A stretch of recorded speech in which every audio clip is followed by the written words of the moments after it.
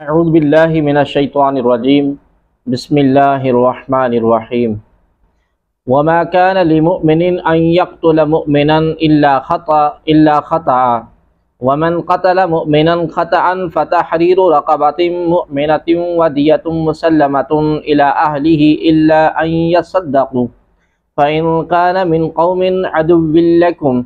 وهو مؤمن فتحرير رقبة مؤمنة وَإِنْ كَانَ مِنْ قَوْمٍ بَيْنَكُمْ وَبَيْنَهُمْ مِيثَاقٌ فَدْيَةٌ مُسَلَّمَةٌ إِلَى أَهْلِهِ وَتَحْرِيرُ رَقَبَةٍ مُؤْمِنَةٍ فَمَنْ لَمْ يَجِدْ فَصِيَامُ شَهْرَيْنِ متتابعین توبۃ من اللہ وکان اللہ علیما حکیما۔ اور کسی مسلمان کے لیے جائز نہیں کہ کسی مسلمان کو قتل کرے مگر یہ غلطی سے ہو جائے، اور جو کسی مسلمان کو غلطی سے قتل کر دے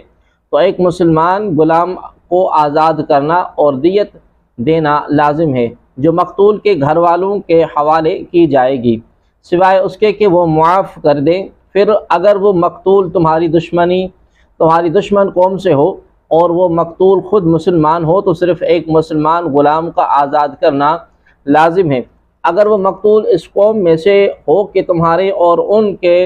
درمیان معاہدہ ہو تو اس کے گھر والوں کے حوالے دیت کی جائے اور ایک مسلمان غلام یا لونڈی کو آزاد کیا جائے۔ پھر جسے غلام نہ ملے تو 2 مہینے کے مسلسل روزے لازم ہیں۔ یہ اللہ تبارک و تعالیٰ کی بارگاہ میں اس کی توبہ ہے اور اللہ جاننے والا حکمت والا ہے۔ وَمَا كَانَ لِمُؤْمِنٍ أَن يَقْتُلَ مُؤْمِنًا، اور کسی مسلمان کے لیے دوسرے مسلمان کو قتل کرنا جائز نہیں۔ یہ آیت مبارکہ عیاش بن ربیعہ مخزومی کے بارے میں نازل ہوئی۔ ان کا واقعہ یوں ہے کہ وہ ہجرت سے پہلے مکہ مکرمہ میں مسلمان ہو گئے اور گھر والوں کے خوف سے مدینہ طیبہ جا کر پناہ گزین ہو گئے۔ ان کی ماں کو اس سے بہت بے قراری ہوئی اور اس نے حارث اور ابو جہل اپنے دونوں بیٹوں سے جو عیاش کے سوتیلی بھائی تھے یہ کہا کہ خدا کی قسم نہ میں سایہ میں بیٹھوں گی اور نہ کھانا چکھوں گی اور نہ پانی پیوں گی جب تک تم عیاش کو میرے پاس نہ لے کر آؤ۔ وہ دونوں حارث بن زید کو ساتھ لے کر تلاش کے لیے نکلے اور مدینہ طیبہ پہنچ کر عیاش کو پا لیا اور ان کو ماں کے جزا فضا کرنے، بے قراری اور کھانا پینا چھوڑنے کی خبر سنائی، اور اللہ تبارک و تعالیٰ کے نام پر یہ عہد کیا کہ ہم دین کے متعلق تجھ سے کچھ نہ کہیں گے، بس تم مکہ مکرمہ چلو۔ اسی طرح وہ عیاش کو مدینہ سے نکال لائے اور مدینہ سے باہر آ کر اس کو باندھا اور ایک نے 100 کوڑے مارے۔ پھر ماں کے پاس لائے تو ماں نے کہا کہ میں تیری مشقیں نہ کھولوں گی جب تک تو اپنا دین ترک نہ کرے گا۔ پھر عیاش کو دھوپ میں باندھا ہوا ڈال دیا اور ان مصیبتوں میں مبتلا ہو کر عیاش نے ان کا کہا مان لیا اور اپنا دین ترک کر دیا۔ اس پر حارث بن زید نے عیاش کو ملامت کی اور کہا تو اسلام پر تھا، اگر یہ حق تھا تو تو نے حق کو چھوڑ دیا، اور اگر باطل تھا تو باطل دین پر رہا۔ یہ بات عیاش کو بڑی ناگوار گزری اور عیاش نے حارث سے کہا کہ میں تجھے اکیلا پاؤں گا تو خدا کی قسم ضرور تمہیں قتل کر دوں گا۔ اس کے بعد عیاش اسلام لے آیا اور انہوں نے مدینہ طیبہ ہجرت کر لی، اور ان کے بعد حارث بھی اسلام لے آئے اور وہ بھی ہجرت کر کے رسول کریم صلی اللہ تعالی علیہ وآلہ وسلم کی خدمت میں پہنچ گئے، لیکن اس روز عیاش موجود نہ تھا اور نہ انہیں حارث کے اسلام کی اطلاع ہوئی۔ قباء شریف کے قریب عیاش نے حارث کو دیکھ لیا اور قتل کر دیا تو لوگوں نے کہا کہ اے عیاش تم نے بہت برا کیا، حارث اسلام لا چکے تھے۔ اس پر عیاش کو بہت افسوس ہوا اور انہوں نے رحمت عالم صلی اللہ علیہ وآلہ وسلم کی خدمت اقدس میں حاضر ہو کر واقعہ عرض کیا اور کہا کہ مجھے قتل کے وقت تک ان کے اسلام کی خبر ہی نہ ہوئی۔ اس پر یہ آیت کریمہ نازل ہوئی اور کفارے کی صورت بیان کی گئی، ومن قتل، اور جو قتل کرے۔ یہاں آیت میں قتل کی 4 صورتوں کا بیان ہے اور پھر صورتوں میں کفارے کا بیان ہے۔ پہلی صورت یہ ہے کہ مسلمان کا کسی دوسرے مسلمان کو ناحق قتل کرنا حرام ہے۔ دوسری صورت یہ ہے کہ کوئی مسلمان کسی دوسرے مسلمان کو غلطی سے قتل کر دے، جیسے شکار کو مار رہا ہو مگر گولی مسلمان کو لگ جائے، یا کسی کو حربی کافر سمجھ کر مارا لیکن قتل کے بعد معلوم ہوا کہ مقتول تو مسلمان ہے، اس صورت میں قاتل پر ایک غلام یا لونڈی کو آزاد کرنا لازم ہے، اور اس کے ساتھ وہ دیت بھی ادا کرے گا جو مقتول کے وارثوں کو دی جائے گی، اور وہ اسے میراث کی طرح تقسیم کر لیں۔ دیت مقتول کے ترکہ کے حکم میں ہے، اس سے مقتول کا قرضہ بھی ادا کیا جائے گا اور وصیت بھی پوری کی جائے گی۔ ہاں اگر مقتول کے ورثاء دیت معاف کر دیں تو معاف ہو جائے گی۔ تیسری صورت یہ ہے کہ اگر وہ مقتول دشمن قوم سے ہو لیکن وہ مقتول بذات خود مسلمان ہو تو صرف ایک مسلمان غلام کا آزاد کرنا لازم ہے اور دیت وغیرہ کچھ لازم نہ ہوگی۔ چوتھی صورت یہ ہے کہ اگر مقتول ذمہ ہو یا مسلمان حکومت کی اجازت سے مسلمان ملک میں آیا ہو جسے مستامن کہتے ہیں، تو اس کو قتل کرنے کی صورت میں اس کے گھر والوں کو دیت دی جائے گی اور ایک مسلمان غلام یا لونڈی کو آزاد کیا جائے گا۔ البتہ اگر غلام لونڈی نہ ملے، جیسے ہمارے زمانے میں غلام لونڈی ہی نہیں، تو پھر 2 مہینے کے مسلسل روزے رکھے جائیں گے۔ یاد رہے کہ قتل خطا کے کفارہ میں کافر غلام آزاد نہ کیا جائے گا۔ باقی کفارات میں حنفی مذہب میں ہر طرح آزاد کر سکتے ہیں، جیسے روزے کا یا زہار کا کفارہ۔ وَمَن يَقْتُلْ مُؤْمِنًا مُتَعَمِّدًا فَجَزَاؤُهُ جَهَنَّمُ خَالِدًا فِيهَا وَغَضِبَ اللَّهُ عَلَيْهِ وَلَعَنَهُ وَأَعَدَّ لَهُ عَذَابًا عَظِيمًا۔ اور جو کسی مسلمان کو جان بوجھ کر قتل کر دے تو اس کا بدلہ جہنم میں عرصہ دراز تک اس میں رہے گا، اور اللہ نے اس پر غضب کیا اور اس پر لعنت کی اور اس کے لیے بڑا عذاب تیار کر رکھا ہے۔ وَمَن يَقْتُلْ، اور جو قتل کرے، اس سے پہلی آیت میں غلطی سے کسی مسلمان کو قتل کر دینے کا حکم بیان کیا گیا، اور اس آیت میں جان بوجھ کر کسی مسلمان کو قتل کرنے کی اخروی وعید بیان کی گئی ہے۔ کسی مسلمان کو جان بوجھ کر قتل کرنا شدید ترین کبیرہ گناہ ہے، اور کثیر احادیث میں اس کی بہت مذمت بیان کی گئی ہے۔ ان میں سے 4 احادیث ہم اس نشست میں عرض کرتے ہیں۔ حضرت انس رضی اللہ تعالی عنہ سے روایت ہے کہ تاجدار رسالت صلی اللہ تعالی علیہ وآلہ وسلم نے فرمایا، بڑے کبیرہ گناہوں میں سے ایک کسی جان کو ناحق قتل کرنا ہے۔ کسی مسلمان کو قتل کرنے والا قیامت کے دن بڑے خسارے کا شکار ہوگا۔ حضرت سیدنا ابو بکر صدیق رضی اللہ تعالی عنہ سے روایت ہے کہ نبی اکرم صلی اللہ علیہ وآلہ وسلم نے ارشاد فرمایا، اگر زمین و آسمان والے کسی مسلمان کے قتل پر جمع ہو جائیں تو اللہ تبارک و تعالی سب کو اوندے منہ جہنم میں ڈال دے گا۔ حضرت ابو بکر رضی اللہ تعالی عنہ سے مروی ہے کہ رسول اکرم نور مجسم صلی اللہ تعالی علیہ وآلہ وسلم نے ارشاد فرمایا، جب 2 مسلمان اپنی تلواروں سے لڑیں تو قاتل و مقتول دونوں جہنم میں جائیں گے۔ راوی فرماتے ہیں کہ میں نے عرض کی کہ مقتول جہنم میں کیوں جائے گا؟ ارشاد فرمایا، اس لیے کہ وہ اپنے ساتھی کو قتل کرنے پر مصر تھا۔ حضرت ابو ہریرہ رضی اللہ تعالی عنہ سے روایت ہے کہ حضور پر نور صلی اللہ تعالی علیہ وآلہ وسلم نے ارشاد فرمایا، جس نے کسی مومن کے قتل پر ایک حرف جتنی بھی مدد کی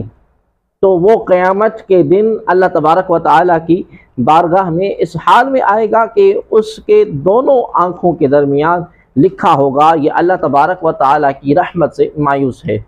افسوس کہ آج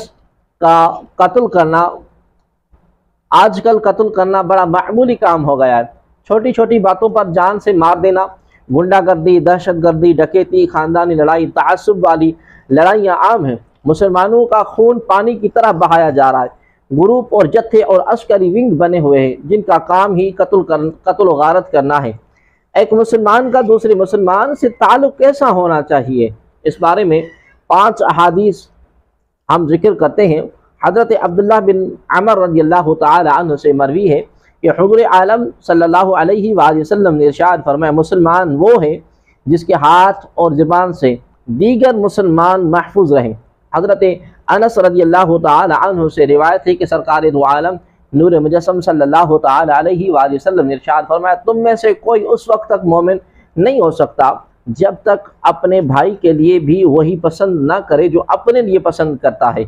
حضرت ابو ہریرہ رضی اللہ تعالی عنہ سے روایت ہے کہ سرکار دو عالم نور مجسم صلی اللہ تعالی علیہ وآلہ وسلم نے ارشاد فرمایا، مسلمان کا بھائی ہے، نہ اس پر ظلم کرے نہ اسے حقیر جانے۔ تقویٰ یہاں ہے کہ اپنے سینے کی طرف 3 بار اشارہ فرمایا۔ انسان کے لیے یہ برائی کافی ہے کہ اپنے مسلمان بھائی کو حقیر جانے۔ مسلمان پر مسلمان کی ہر چیز حرام ہے، اس کا خون، اس کا مال، اس کی آبرو۔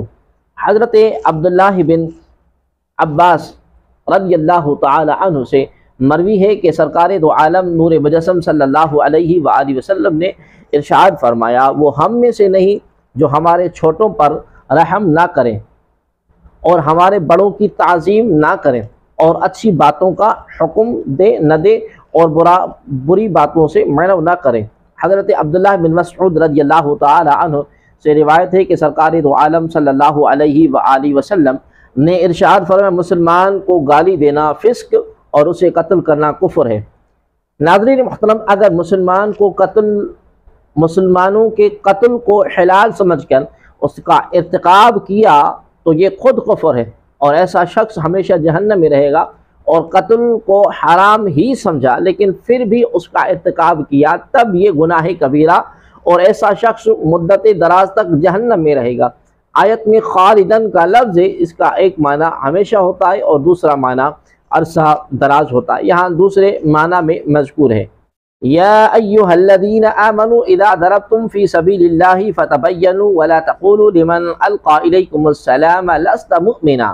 تبتغون عرض الحیاۃ الدنیا فعند اللہ مغانم کثیرہ کذلک کنتم من قبل فمن اللہ علیکم فتبینوا ان اللہ کان بما تعملون خبیرا۔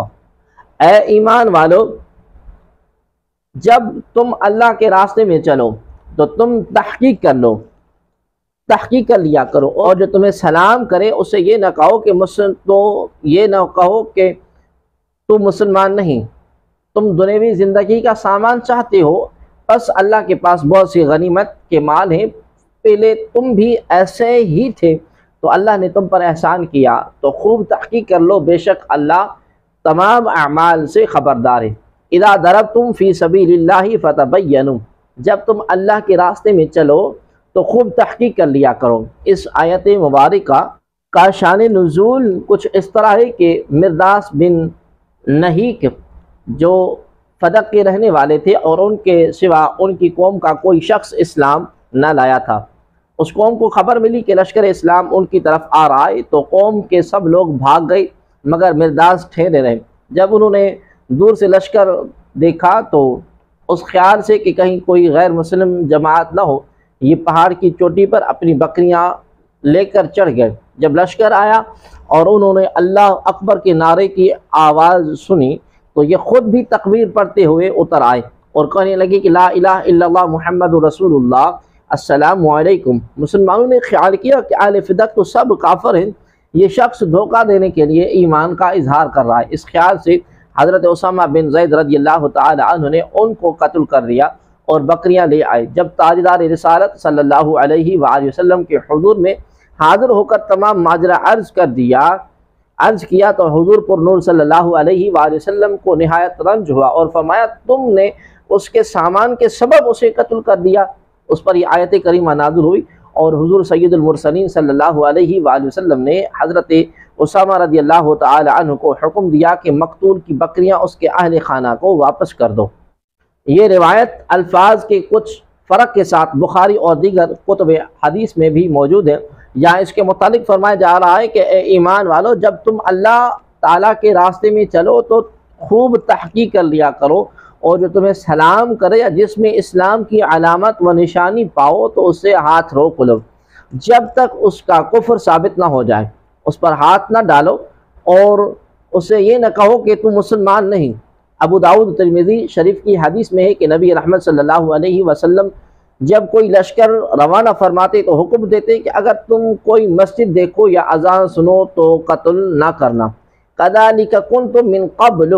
پہلے تم بھی ایسے تھے۔ مسلمانوں کو سمجھانے کے لیے مزید فرمایا کہ پہلے تم بھی ایسے ہی تھے، یعنی جب تم اسلام میں داخل ہوئے تھے تو تمہاری زبان سے کلمہ شہادت سن کر تمہاری جان و مال محفوظ کر دیے گئے تھے اور تمہارا اظہار ایمان بے اعتبار نہ قرار دیا گیا تھا۔ ایسا ہی اسلام میں داخل ہونے والوں کے ساتھ تمہیں بھی سلوک کرنا چاہیے، اور یہ تم پر اللہ تبارک و تعالیٰ کا احسان ہے کہ تمہیں اسلام پر استقامت بخشی اور تمہارا مومن ہونا مشہور کیا۔ لہذا خوب تحقیق کر لیا کرو، کہیں تمہارے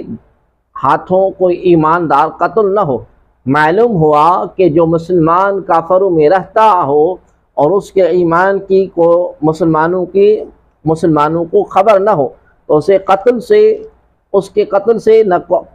کفارہ واجب ہوگا اور نہ دیت۔ یاد رہے کہ پچھلی آیت میں وہ صورت مذکور ہوئی جہاں مسلمان کا اسلام سب کو معلوم ہو مگر اندھیرے وغیرہ کی وجہ سے پتہ نہ لگے اور مسلمانوں کے ہاتھ سے مارا جائے، اور اس آیت میں وہ صورت بیان ہوئی ہے جس میں مسلمان کا ایمان کسی کو معلوم نہیں، لہذا ان دونوں آیات میں تعارض نہیں ہے۔ لا يستوي القاعدون من المؤمنين غير أولي الضرر والمجاهدون في سبيل الله بأموالهم وأنفسهم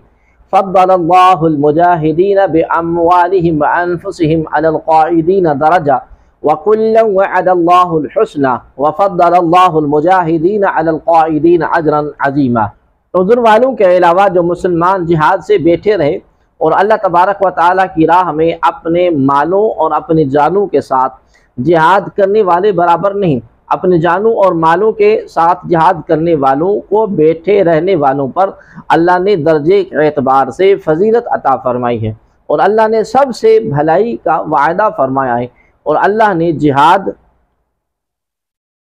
کرنے والوں کو بیٹھے رہنے والوں پر بہت بڑے اجر کی فضیلت عطا فرمائی ہے۔ لا يستوي القاعدون من المؤمنين غير أولي الضرر، عذر والوں کے علاوہ جو مسلمان جہاد سے بیٹھے رہے وہ برابر نہیں ہیں۔ اس آیت میں جہاد کی ترغیب ہے کہ بیٹھے رہنے والے اور جہاد کرنے والے برابر نہیں ہیں، بلکہ مجاہدین کے لیے بڑے درجات اور ثواب ہیں، اور یہ مسئلہ بھی ثابت ہوتا ہے کہ جو لوگ بیماری یا بڑھاپے یا ناطاقتی یا نابینائی یا ہاتھ پاؤں کے ناکارہ ہونے اور عذر کی وجہ سے جہاد میں حاضر نہ ہوں وہ فضیلت سے محروم نہ کیے جائیں گے جبکہ اچھی نیت رکھتے ہوں۔ بخاری شریف کی ایک روایت میں ہے کہ جب اس آیت کا پہلا حصہ نازل ہوا کہ مجاہدین اور غیر مجاہدین برابر نہیں ہیں، حضرت عبداللہ بن ام مکتوم رضی اللہ تعالی عنہ جو نابینا صحابی تھے عرض کرنے لگے کہ یا رسول اللہ صلی اللہ تعالی علیہ وسلم، میں نابینا ہوں، جہاد میں کیوں کر جاؤں؟ اس پر یہ آیت کریمہ نازل ہوئی، غیر اولی الضرر نازل ہوئی، یعنی کہ معذوروں کو مستثنیٰ کر دیا گیا ہے۔ اور بخاری شریف میں حضرت انس رضی اللہ تعالی عنہ سے مروی ہے کہ نبی اکرم صلی اللہ تعالی علیہ وآلہ وسلم نے غزوہ تبوک سے واپسی کے وقت فرمایا، کچھ لوگ مدینے میں رہ گئے ہیں، ہم کسی گھاٹی یا آبادی میں نہیں چلتے مگر وہ ہمارے ساتھ ہوتے ہیں، انہیں عذر نے روک لیا۔ اسے معلوم ہوا کہ نیت بہت عظیم عمل ہے کہ حقیقت عمل کیے بغیر بھی سچی نیت ہونے کی صورت میں ثواب مل جاتا ہے۔ ہاں، یہ عذر کی وجہ سے جہاد میں حاضر نہ ہو سکے اگرچہ وہ نیت کا ثواب پائیں گے، لیکن جہاد کرنے والوں کو عمل کی فضیلت اس سے زیادہ حاصل ہے۔ راہ خدا میں جان و مال خرچ کرنے کی بہت عظیم فضیلت ہے۔ اس کے لیے ہم 4 احادیث کو ذکر کرتے ہیں۔ حضرت ابو سعید خدری رضی اللہ تعالی عنہ فرماتے ہیں کہ حضور عالم صلی اللہ علیہ وآلہ وسلم کی بارگاہ میں عرض کی گئی، یا رسول اللہ صلی اللہ تعالی علیہ وسلم، میں لوگوں میں سے کون سا شخص افضل ہے؟ ارشاد فرمایا، جو شخص اللہ تعالیٰ کی راہ میں اپنے مال اور جان کے ساتھ جہاد کرتا ہے۔ حضرت ابو ہریرہ رضی اللہ تعالی عنہ فرماتے ہیں کہ نبی اکرم صلی اللہ علیہ وسلم سے عرض کی گئی، کیا اللہ تبارک و تعالیٰ کی راہ میں جہاد کے برابر بھی کوئی عبادت ہے؟ آپ کریم صلی اللہ علیہ وآلہ وسلم نے ارشاد فرمایا، تم اس کی استطاعت نہیں رکھتے۔ صحابہ کرام رضی اللہ تعالی عنہ نے سوال پھر دہرایا، 3 بار پوچھا۔ آپ کریم صلی اللہ علیہ وسلم نے ہر بار فرمایا کہ تم اس کی طاقت نہیں رکھتے۔ تیسری بار فرمایا کہ اللہ تبارک و تعالیٰ کی راہ میں جہاد کرنے والا جہاد سے واپسی تک اس شخص کی طرح ہے جو روزے دار ہو، قیام کرنے والا ہو، اللہ تعالیٰ کی آیتوں پر عمل کرنے والا ہو، روزے اور نماز سے تھکتا یا اکتا نہ ہو۔ حضرت خریم بن فاتح رضی اللہ تعالی عنہ سے روایت ہے کہ حضور اقدس صلی اللہ علیہ وآلہ وسلم نے ارشاد فرمایا، جس نے اللہ تعالیٰ کی راہ میں کچھ خرچ کیا اس کے لیے 700 گنا ثواب لکھا جاتا ہے۔ حضرت معاذ رضی اللہ تعالی عنہ سے روایت ہے کہ حضور عالم صلی اللہ علیہ وآلہ وسلم نے ارشاد فرمایا، بے شک اللہ تعالیٰ کی راہ میں نکل کر ذکر کرنے کا ثواب مال خرچ کرنے سے 7 لاکھ گنا زیادہ ہے۔ درجات منہ ومغفرۃ ورحمہ وکان اللہ غفورا رحیما، اس کی طرف سے بہت سے درجات اور بخشش اور رحمت ہے، اور اللہ بخشنے والا مہربان ہے۔ درجات منہ، اس کی طرف سے بہت سے درجات۔ اس آیت میں اللہ تبارک و تعالی نے مجاہدین کا اجر بیان فرمایا کہ ان کے لیے اللہ تبارک و تعالی کی طرف سے جنت کے بہت سے درجات، ان کے گناہوں کی بخشش اور جنت کی نعمتیں ہیں، اور اللہ تعالیٰ جہاد کرنے والوں کو بخشنے والا اور ان پر مہربان ہے۔ احادیث میں مجاہدین کے جنتی درجات کے بارے میں تفصیل بیان کی گئی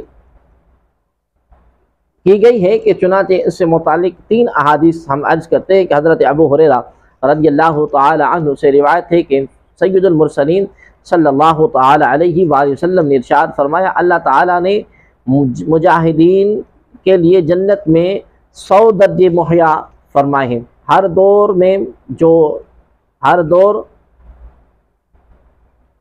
دو درجوں میں اتنا فاصلہ ہوگا جتنا